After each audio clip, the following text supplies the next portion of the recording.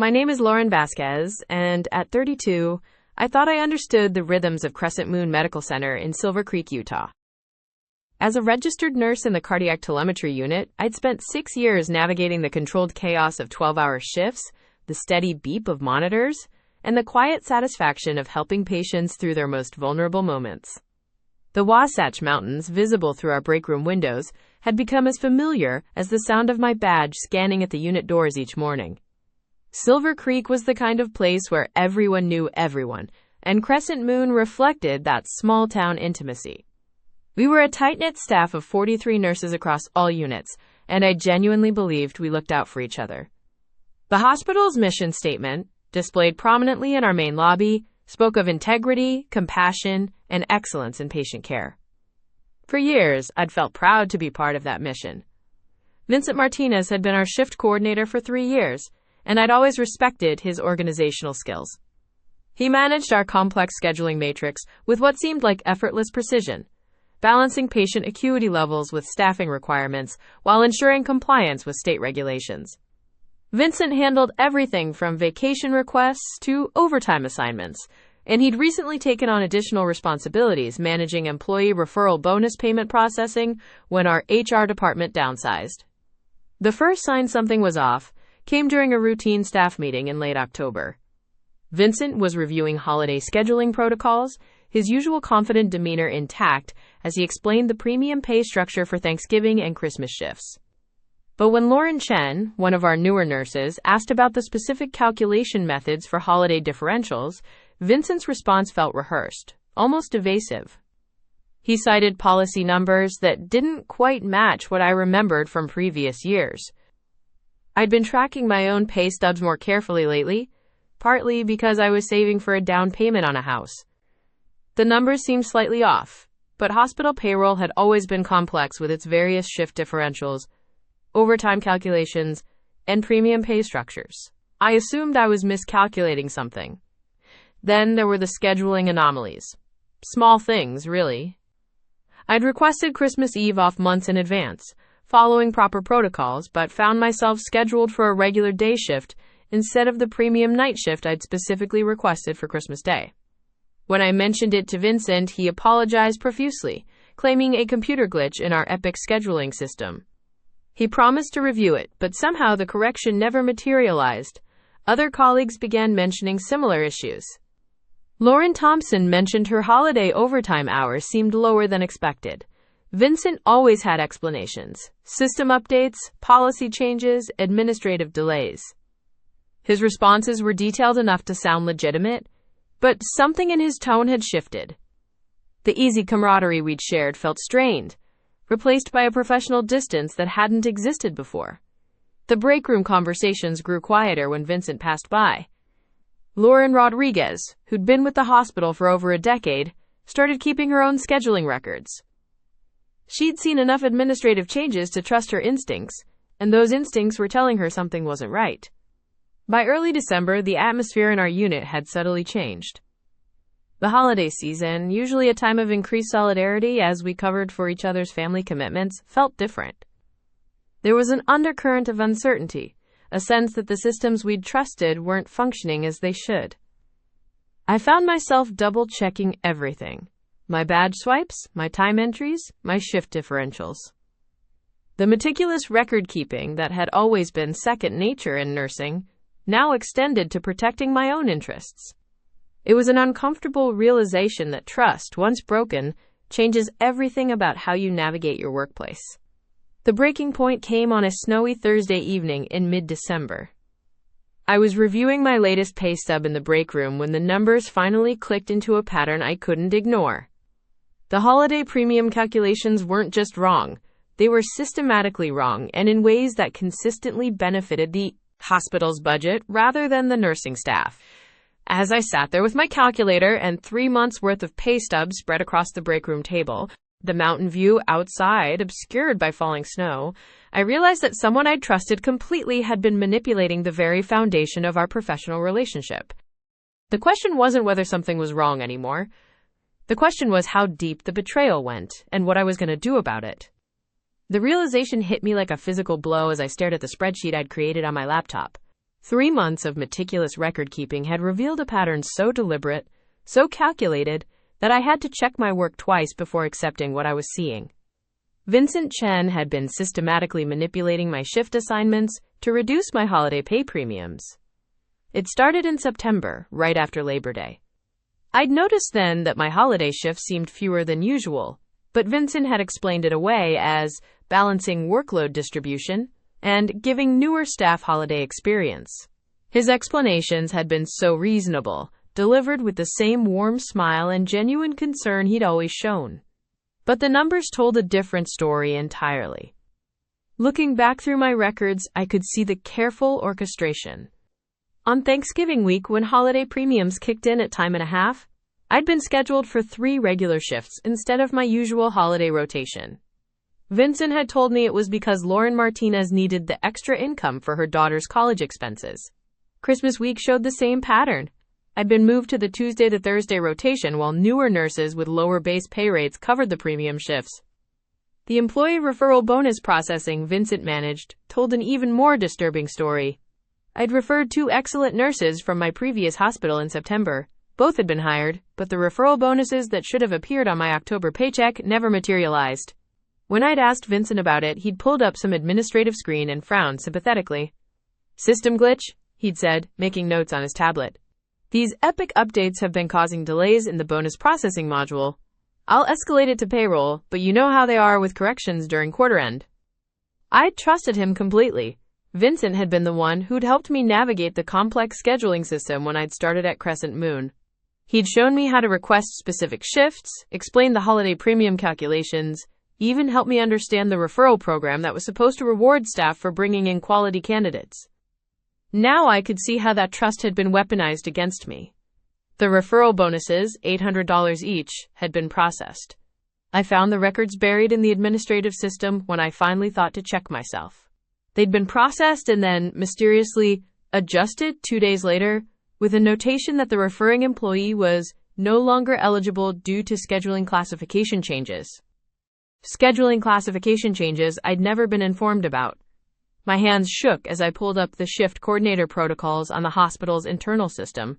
Vincent's access level allowed him to modify scheduling categories, adjust premium eligibility, and process bonus payments. It also allowed him to make retroactive changes with minimal oversight, provided he documented a legitimate administrative reason. The documentation was there, buried in system logs that most employees would never think to check. Careful notations about workload balancing, training opportunities for junior staff, and schedule optimization for operational efficiency. Each entry was professionally worded, technically accurate, and completely fabricated. Lauren Rodriguez found me in the break room at 11 p.m., still hunched over my laptop with printouts scattered across 2 tables.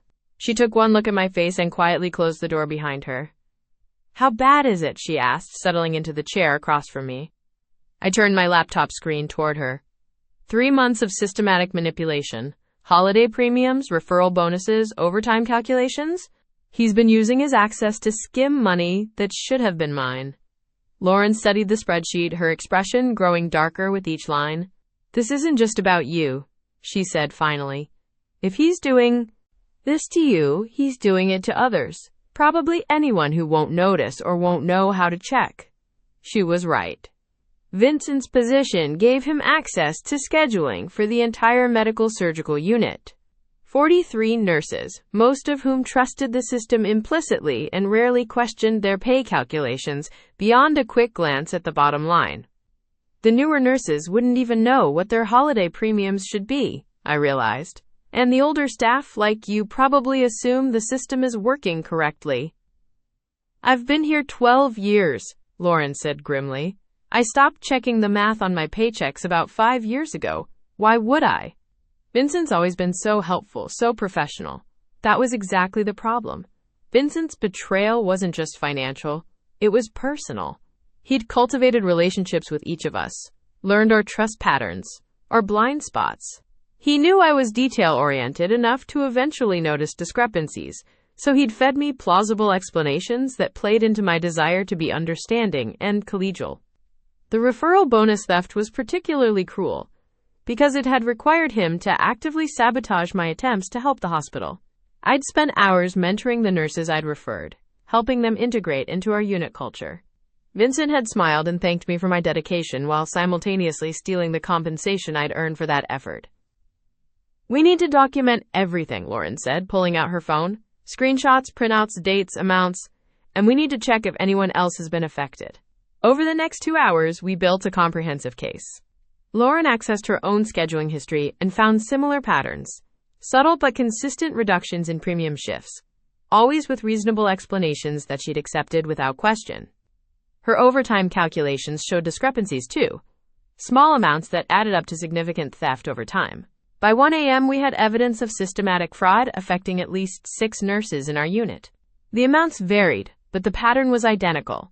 Vincent was using his administrative access to redirect premium pay and bonuses away from experienced staff and toward the hospital's bottom line. The most damning evidence came from the system logs themselves. Vincent's access records showed him making scheduling changes at odd hours, often well after shifts had been completed. He'd been going back into the system retroactively, adjusting classifications and premium eligibility after the fact to reduce payouts. "This is criminal," Lauren said, staring at the timestamp showing Vincent had modified my Thanksgiving week schedule at 2:47 a.m. on the Monday after the holiday. He waited until after we'd worked the shifts, then went back and changed our classifications so we wouldn't get the premiums we'd already earned. The betrayal felt complete now. This wasn't just administrative incompetence or system errors. This was deliberate, calculated theft, carried out by someone who'd positioned himself as our advocate and ally. I thought about all the times Vincent had asked about my financial goals, my student loans, my plans for the future. He'd seemed so genuinely interested in my success, so supportive of my career development. Now I realized he'd been gathering intelligence, learning exactly how much he could steal without triggering my suspicion. The worst part was how he'd made me complicit in my own exploitation. Every time I'd accepted his explanations, every time I'd thanked him for his help with scheduling issues, I'd been enabling him to continue stealing from me and my colleagues. As Lauren and I finally packed up our evidence at nearly 2 a.m, the hospital around us quiet except for the essential night shift operations, I felt the full weight of what we'd discovered. This wasn't just about money, though the financial impact was significant. This was about the fundamental trust that makes healthcare teams function. Vincent had violated that trust in the most calculated way possible, using his position of authority to systematically steal from the people who depended on him. He'd turned the very systems designed to support nursing staff into weapons against us. The mountain view from the break room windows was obscured by darkness now, but I could see the lights of Silver Creek below, the community we served every day with dedication and integrity. Vincent had betrayed not just us, but every patient who depended on our unit to function ethically and professionally. Tomorrow, I would have to decide how to confront him, knowing that our working relationship and possibly my position at Crescent Moon Medical Center would never be the same. The next morning arrived with the kind of crisp Utah dawn that usually energized me for the day ahead. Instead, I sat in my car in the Crescent Moon Medical Center parking lot, staring at the familiar building that no longer felt like the sanctuary it once had. The evidence Lauren and I had compiled sat in a manila folder on my passenger seat, dozens of pages documenting Vincent's systematic theft from our paychecks. I'd barely slept, running through scenarios of how this confrontation might unfold. Vincent had been my mentor, my advocate, someone I'd trusted completely. The thought of facing him with this knowledge made my stomach churn, but the alternative, allowing him to continue stealing from my colleagues, was unthinkable. The ICU was already bustling when I arrived for my 7 a.m. shift. Vincent stood at the nurse's station, reviewing the night's reports with his usual air of competent authority. He looked up as I approached, offering the same warm smile that had once made me feel valued and supported. "Morning, Valerie. How are you feeling today? You look a little tired." The casual concern in his voice, which I had always interpreted as genuine care, now felt like manipulation. Was he fishing for information about what I might have discovered? Had he noticed Lauren and me working late last night? "I'm fine," I managed, forcing a professional tone. "Vincent, could we talk privately when you have a moment? There's something important I need to discuss with you." Something flickered across his expression. Too quick to interpret, but enough to confirm my suspicions that he knew this conversation was coming. "Of course." Let me finish report, and we can step into my office. The next hour crawled by as I went through the motions of receiving patient assignments and reviewing charts. Every interaction with Vincent felt loaded with subtext. When he handed me my assignment sheet, I found myself analyzing his body language, looking for signs of guilt or defensiveness. Lauren caught my eye from across the unit and gave me an almost imperceptible nod of support. We'd agreed that I would confront Vincent first, alone, to give him a chance to explain himself before we escalated to administration. It felt like the right approach, though my hands trembled slightly as I knocked on his office door at 8:30. Come in, Valerie. Close the door behind you. Vincent's office was small but organized, with commendations and certificates covering one wall and a window overlooking the hospital's healing garden. I'd been in this space countless times for performance reviews, schedule discussions, and career planning conversations. Now it felt like enemy territory. I placed the manila folder on his desk without opening it. Vincent, I need to ask you about some discrepancies I've noticed in my pay statements over the past several months. His face remained neutral, but I caught the slight tightening around his eyes. What kind of discrepancies? Holiday premium payments that should have been included but weren't. Shift differentials that were calculated incorrectly. It seems like there might be some issues with how the scheduling system is interfacing with payroll. Vincent leaned back in his chair, maintaining eye contact. You know how complex these systems can be, Valerie. Epic doesn't always communicate perfectly with our payroll software. I'm sure we can get any errors corrected. The casual dismissal, the immediate deflection to system errors. It was exactly what I'd expected, but hearing it still stung. He was going to lie to my face, even now. I've done some research, I said, opening the folder and sliding the first few pages across his desk. These are my shift assignments from the past 6 months, cross-referenced with my pay statements. The pattern is very specific, Vincent. Holiday shifts that were initially scheduled as premium eligible were later reclassified in the system, but only after the schedules were posted. Vincent's eyes moved across the documents, and I watched his expression carefully. The mask of concerned confusion was slipping, replaced by something harder to read. I'm not sure what you're implying here, Valerie. I'm not implying anything. I'm stating facts. Someone with administrative access to the scheduling system has been systematically changing shift classifications after they've been assigned, specifically to reduce holiday premium payments. The timing and pattern suggest this isn't a system error. The silence stretched between us, heavy with the weight of accusation and betrayal. Vincent set the papers down and looked directly at me. And for a moment, I saw something that might have been regret in his expression.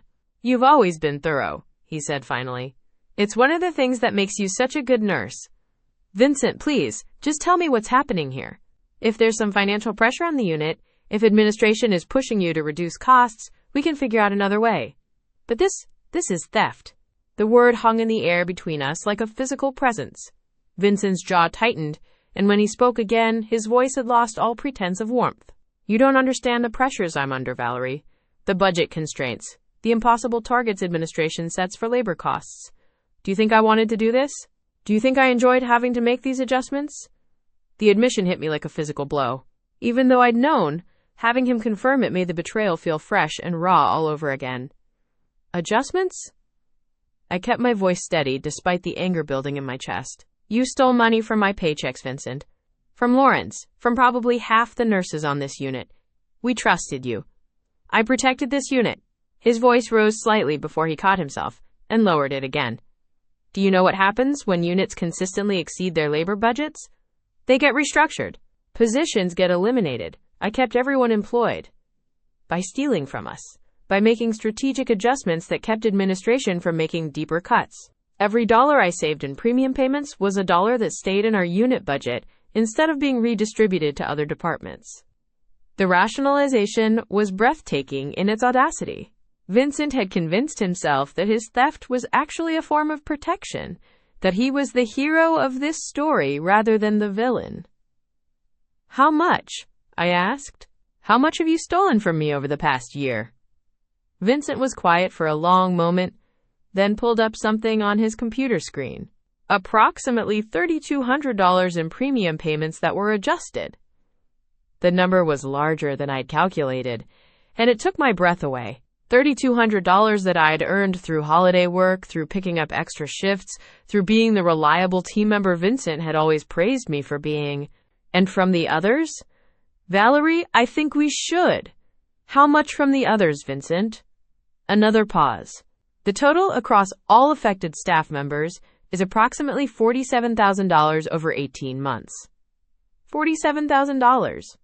Stolen from nurses who were already working extra shifts to pay off student loans, support families, save for the future. The scope of the betrayal was staggering. I want it back, I said quietly. All of it. For everyone. Vincent shook his head. It's not that simple. The money has already been reallocated in the budget. I can't just reverse 18 months of payroll adjustments without triggering a full audit. Then we'll trigger a full audit. Valerie, think about what you're saying. An audit would expose not just this situation, but every creative solution I've had to implement to keep this unit functioning. It would destroy my career, yes, but it would also destabilize the entire ICU program. Is that really what you want? The manipulation was so blatant, it was almost insulting. Vincent was trying to make me complicit in covering up his theft by appealing to my loyalty to the unit and my colleagues. He was betting that my dedication to patient care would override my sense of justice. What I want, I said, standing up and gathering the papers from his desk, is for you to do the right thing. You have until the end of the week to figure out how to make this right. If you don't, I'll be taking this information to administration myself. Vincent's expression hardened completely. I wouldn't recommend that course of action, Valerie. Your position here depends on my recommendations and evaluations. You're still relatively new to this unit, and there are always questions about fit and performance during the first few years. The threat was clear and unmistakable. Vincent was now openly using his position of authority to intimidate me into silence. The mentor who had guided my career development was threatening to destroy it if I didn't comply with his demands. Are you threatening my job, Vincent? I'm explaining the realities of how things work in this hospital. Your success here depends on having strong advocates in leadership positions. I'd hate to see you jeopardize that over a misunderstanding about payroll procedures. I looked at him across the desk. This man I'd respected, trusted, even admired, and felt the last vestiges of our professional relationship crumble away. There was no misunderstanding here, no gray area to navigate. Vincent had stolen from his staff and was now threatening anyone who dared to challenge him. I'll be documenting this conversation, I said, moving toward the door. All of it. Valerie, wait. His voice had shifted again, back to the concerned mentor tone. Let's not let this situation escalate unnecessarily. We can work something out, find a solution that addresses your concerns without creating problems for the unit. I paused with my hand on the door handle. The only solution I'm interested in is full restitution for everyone you've stolen from, and your resignation from any position that gives you access to payroll systems. That's not going to happen. Then we don't have anything else to discuss. I left his office with my heart pounding and my hands shaking, but also with a strange sense of clarity.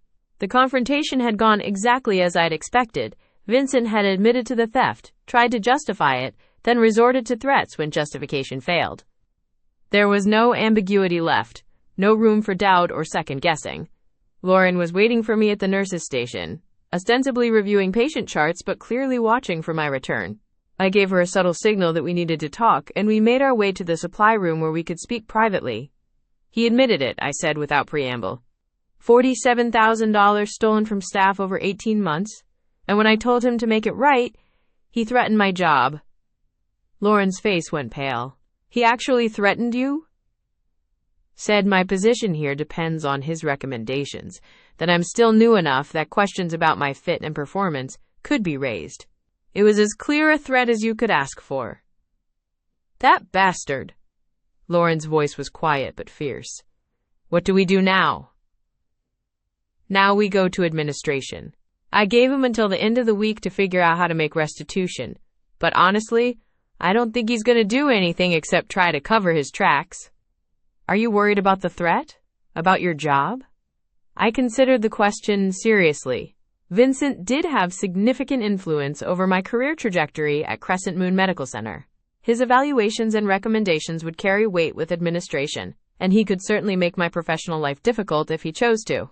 But the alternative, allowing him to continue stealing from my colleagues, to continue using his position of trust to exploit the people who depended on him, was unacceptable. I'm worried, I admitted, but I'm more worried about what happens if we don't act. How many other nurses is he stealing from? How long has this been going on? And what other creative solutions has he implemented that we don't know about yet? Lauren nodded grimly. You're right, we have to report this, but we need to be smart about how we do it. We spent the rest of our shift planning our approach. Lauren had a contact in human resources, Diana Martinez, someone she'd worked with on a previous issue and trusted to handle sensitive situations appropriately. We decided to request a meeting with her first thing Monday morning, giving us the weekend to organize our evidence and prepare for what would likely be a lengthy investigation process.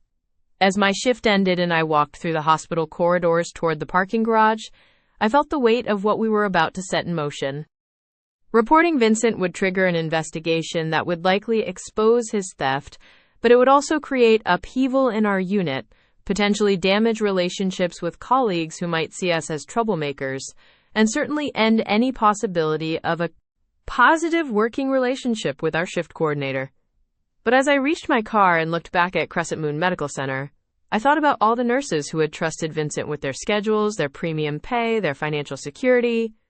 I thought about the patients who depended on our unit to function with integrity and ethical leadership. Vincent had betrayed that trust in the most fundamental way possible. Now it was time for him to face the consequences of his choices, regardless of what those consequences might mean for the rest of us.